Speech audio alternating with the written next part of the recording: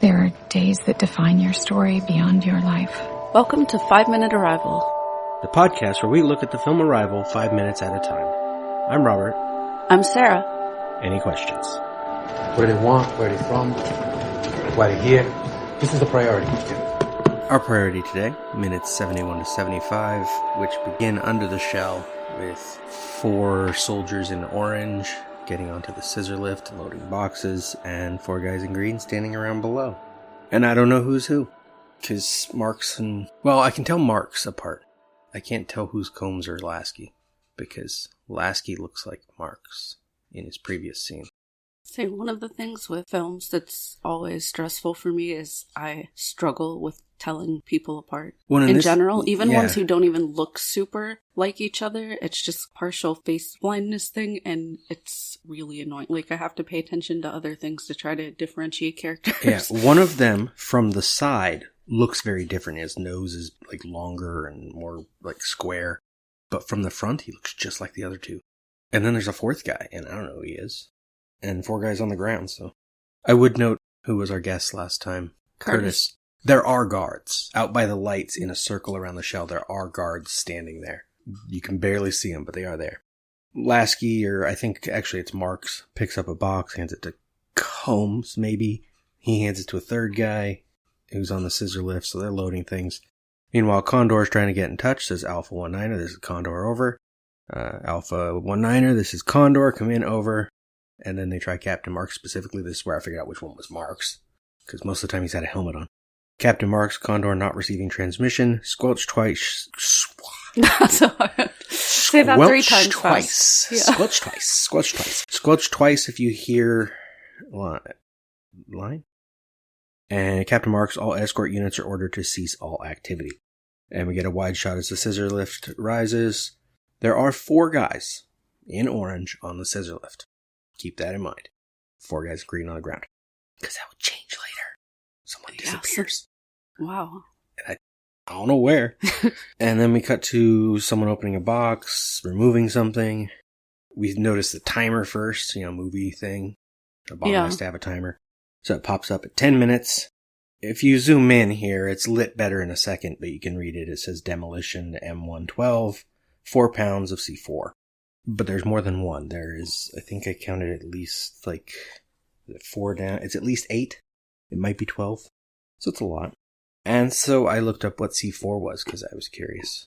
Composition C4 used by the United States Armed Forces contains 91% RDX, which is Research Department explosive, an explosive nitroamine, bound by a mixture of 5.3% dioctyl sebacate or dioctyl adipate as the plasticizer to increase the plasticity of the explosive.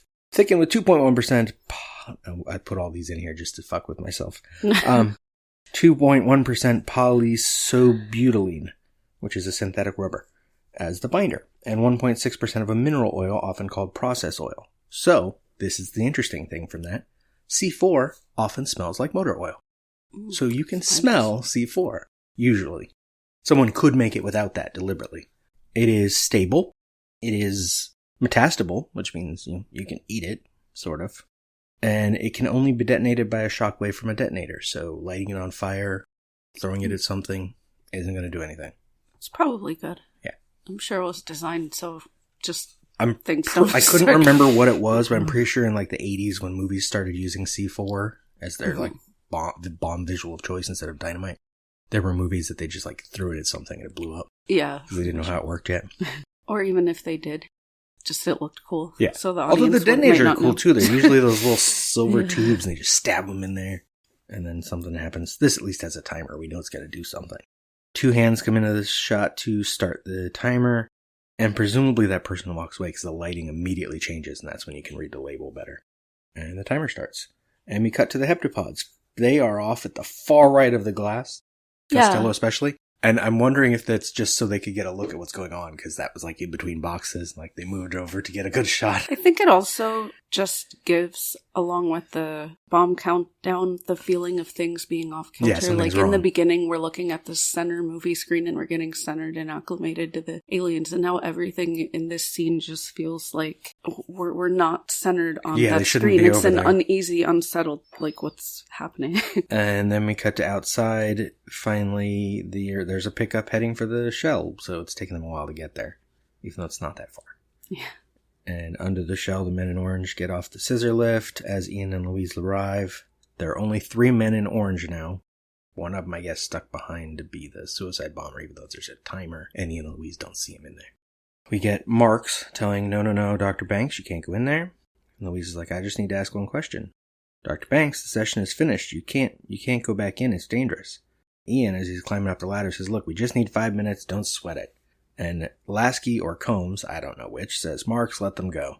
And so then we cut to the timer inside. It is at 4:34. The interesting thing, for the rest of this segment, the timer is almost real time. It's only off by a couple seconds each time it gets back to it. Louise walks by, and I would just like to point out again, I said this last time, this entire bombing scenario could have been avoided if they just spent the available time with the aliens. Right. You give me 120 minutes to talk to aliens every day. I'm not going to be sitting in my office drawing things. I'm going to go talk to the aliens. That's your job. Why is the session over early at all? Yeah, how much time per day were they spending with the aliens? And was that their choice, or did Abbott and Costello just, they had 12 different chips to be at, so. Right, maybe the Australian guy is just really fun, and so he gets 120 minutes. Yeah. They get 20. We don't know. It's not clear. We know that it opens every 18 hours. We don't know for how long, necessarily. But if they just spend time with their new friends wouldn't be, well, one of them dead soon. Ian joins her. The camera rises as they head right over to Abbott and Costello at the side, so they don't notice that anything's weird about them standing off to the right. They just go over there. Louise says, hey, Abbott, so what are we calling this? Session 37? And Ian says, no, 36 part 2. And he opens a lid to the computer. Cut to Weber sitting down to watch. So at least people have noticed they went in there. And he says, why are they on their own? I would point out here that the camera that is in the nave is in the shot. There could be a second camera farther back, but they haven't established that. I think someone just screwed up the shot because the camera's too far back now. Someone says, we've been attempting to hail Captain Marks. The escort units are not responding, sir. Weber says, why not? Pauses for a second, says, send security. He's being careful. And then we get a shot of Louise with her tablet typing. Once again, not readable. Jerks. Don't they know someone's going to look at this movie in real close up and want to know what everything is? They really don't. They think people are just thinking about bombs going off. From the look of it, there are labels. There's something there. I mean, it'd be easier to put real words than not. But she picks the word for offer, we assume. The word for weapon, or at least part of it. So weapon might be a combo word, which might be a variation on tool, which is the whole problem. And then she says question mark, but we don't see her put that one on there. And we get a shot from behind Ian, shot of Louise with Ian behind her, and she says, are you offering us something? And Costello raises an arm and right on the glass, offer weapon. Again. The live symbol is not the question. On the computer, it matches the symbol to another one, but the one it matches it to has the question mark, which is weird. Someone screwed up. But that's fine. We can't expect the visual effects guys to speak heptapod. And Ian enlarges another window, and we get a breakdown of it as there's red dots and green lines measuring everything on it, and a word list. It is visitors, friends, heptapods, except heptapod is nowhere in this symbol. Offer, give, donate, award, technology, apparatus, method, humanity, man, woman, host, person. And Ian says out loud, technology, apparatus, method, which are only 3 of the words on the list. So the breakdown of the sentence is much more complex. And then Louise says, yeah, see, this is a different word. This segment is a lot busier. And she's just looking at the glass, so Ian should already be clued in that she can read better than he can. Reverse shot, we get a shot from above and Louise with the tablet as she writes, give technology now. Abbott raises an arm, the tip down, and he hits the glass. Oh, I forgot to put my notes on pointing. Oops. On pointing in various cultures and what it means. Like, was it Nicaragua where they point with their lips? Here. I was like, how do you do that? This should be pretty easy to find. Well, I think it was just the Wikipedia that I looked at. And we can take breaks because, on our own show. Yeah. Pointing, sorry, real quick before you get into details. Pointing is actually rather universal. Yes. And no one has done a good study of it yet because they think children might learn from adults. Well, yeah, they typically learn within the first 2 years.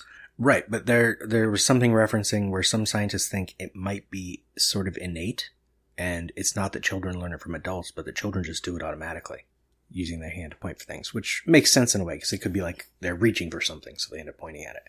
Yeah, well, either or. If they learn it in the first 2 years, children do mimic their babies do, so it could still be from their parents, but yeah, it could also be innate in the sense that because everyone has done it for generations, it's just built in.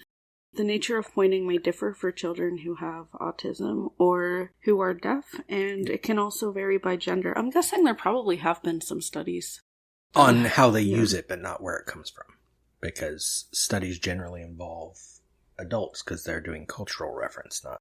There's even been pointing observed in animals in captivity.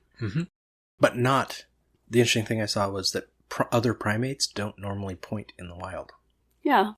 So I'm not sure who's doing the pointing. Yeah. Yes. Although, cats and dogs understand pointing. They don't do it, but if you point at something, they will look there. Yeah, that's cool. Well, cats and dogs can learn up to so many different words as well, according to some research studies. The most primary purposes of pointing is to indicate direction, location, event, or thing relative to a person. And it's defined by having these essential elements: extension of the index finger, flexing the remaining fingers into the palm, possibly with the thumb to the side, usually, but not always, the pronation of the palm to face downward or to face the midline of the body, and extension of the arm. And if the gesture does not meet these 3 or 4 criteria, it's usually classified as a reach rather than a point, but there's no official consensus on how to differentiate between those two, and may also be no behavioral or functional difference in the two. And in some cultures, they don't close their hand for it. They keep their hand open, point with the whole thing. So in Japan, pointing is done with the fingers together and the palm facing up. In Germany, with the little finger only. In India, they point using the chin, whole hand, or thumb, and some consider index finger pointing rude. Among Aboriginal Australian speakers of Arrernte, researchers identified 6 distinct types of pointing: index finger, open hand, palm down, open hand, palm vertical, horn hand pointing, which is with the thumb, the index finger, and the pinky extended, pointing with a protruded lip, and pointing with the eye. And when pointing to indicate position in time, many but not all cultures tend to point toward the front to indicate the future and toward the back to indicate the past. I read this one. And a noted exception is that speakers of Aymara, who instead tend to associate what is in the past, what is known, in the front, what is seen, and vice versa. The future's behind them. Maybe that's Louise's problem. Maybe she knows that language. Yeah. And so she figures, since the heptapods see things differently, they don't point at things. Because, she and Ian don't catch on that they're trying to warn them. So I'm a little bit confused, and you can cut this out or leave it in, I don't care. Yeah. Trouble following plot sometimes. So are they about to blow up the heptapods with this bomb? Yes. Shouldn't Louise be more upset or panicked or... She doesn't know there's a bomb. Okay. I was something was disconnecting. While Louise and Ian were on their way there, these guys were setting up the bomb. And then they left, tried to stop Ian and Louise from going in, but then were like, yeah, no, just let them, because they're tainted by aliens anyway. So they were just gonna let them get blown up too. Nice.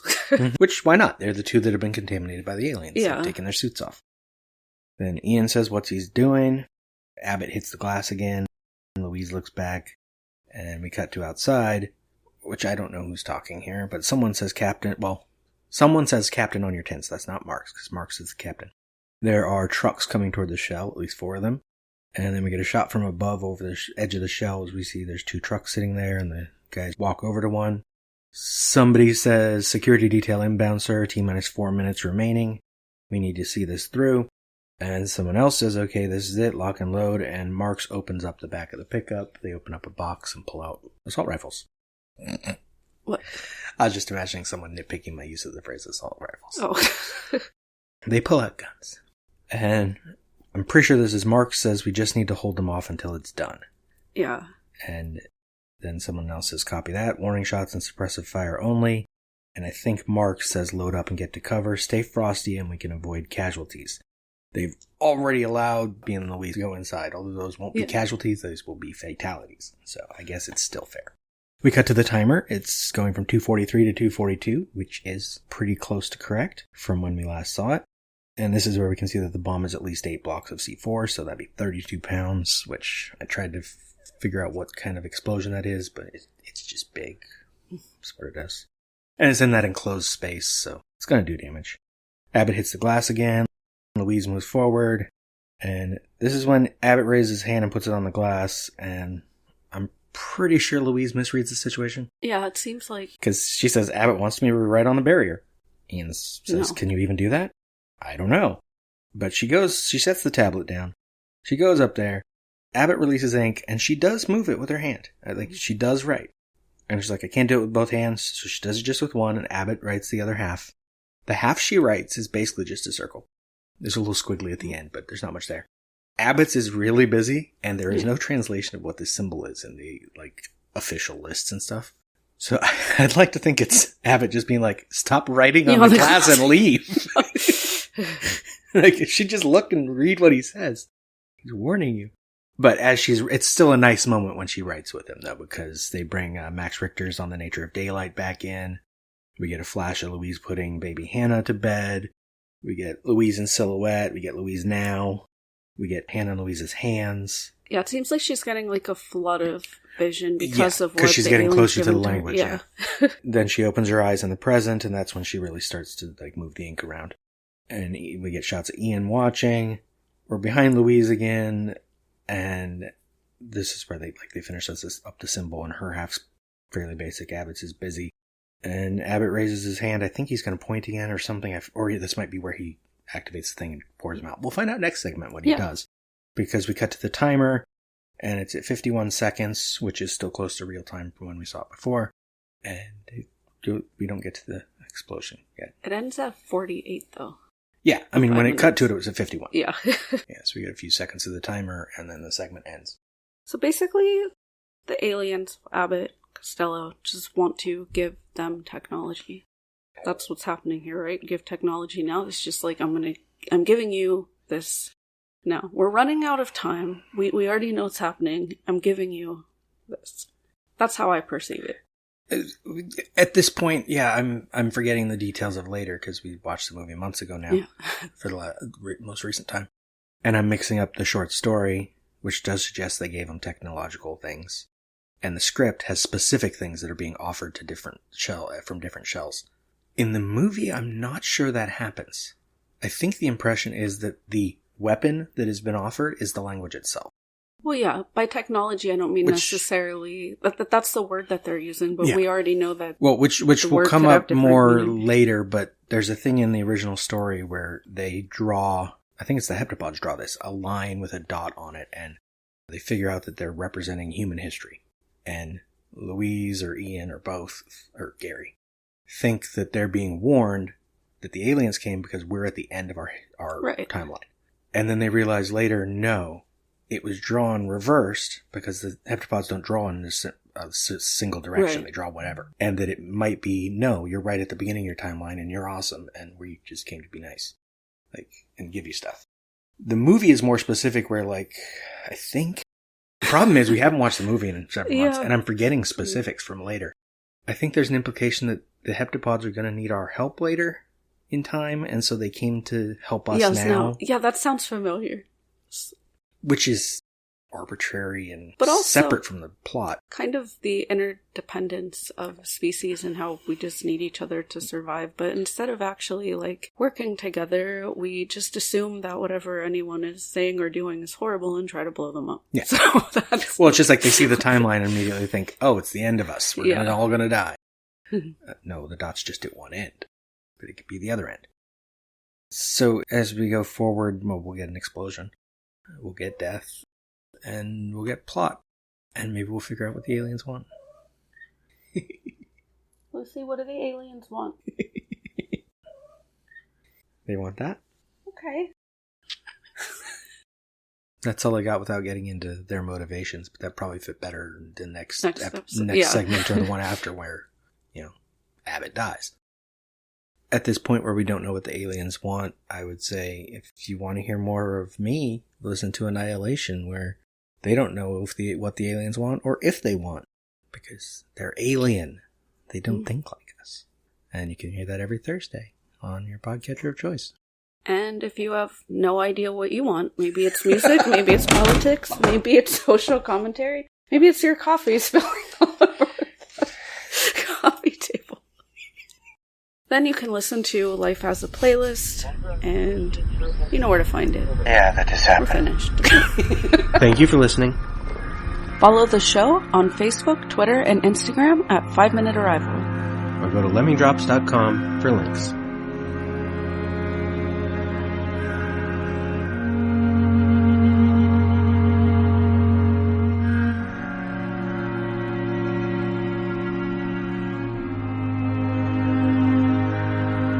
I used to think this was the beginning of your story.